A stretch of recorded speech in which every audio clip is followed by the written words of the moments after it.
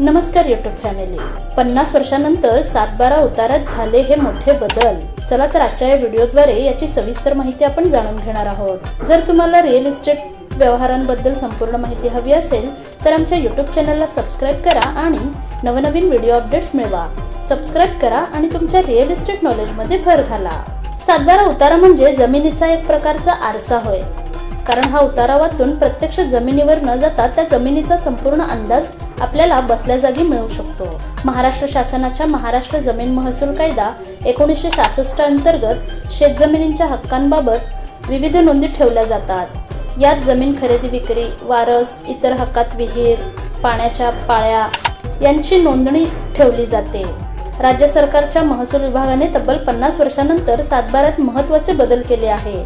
7/12 उतार्यात स्पष्टता आणि अचूकता निर्माण होण्यासाठी हे महत्त्वाचे बदल करण्यात आले आहेत। महसूल विभागाकडून करण्यात आलेले 11 महत्त्वाचे बदल ते आपण पाहूयात। गाव नमुना 7 मध्ये गावाचा नावासोबत कोड क्रमांक।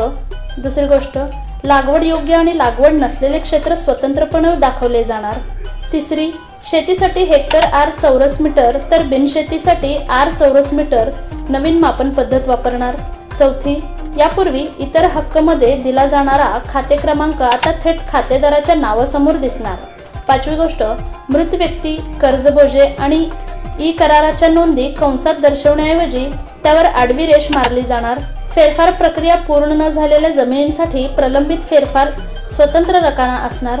सर्व जुन्या फेरफार क्रमांकांसाठी वेगळा रकाना तयार केला जाणार। 2 खातेदारांच्या नावांमध्ये ठळक रेष असणार, त्यामुळे नावे स्पष्टपणे वाचता येणार।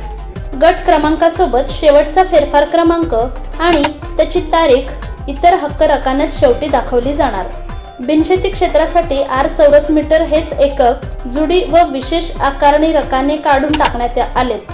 बिनशेतीच्या 7/12 उतार्याच्या शेवटी आता क्षेत्र आकृषक क्षेत्रामध्ये रूपांतरित झाल्याची नोंद असणार।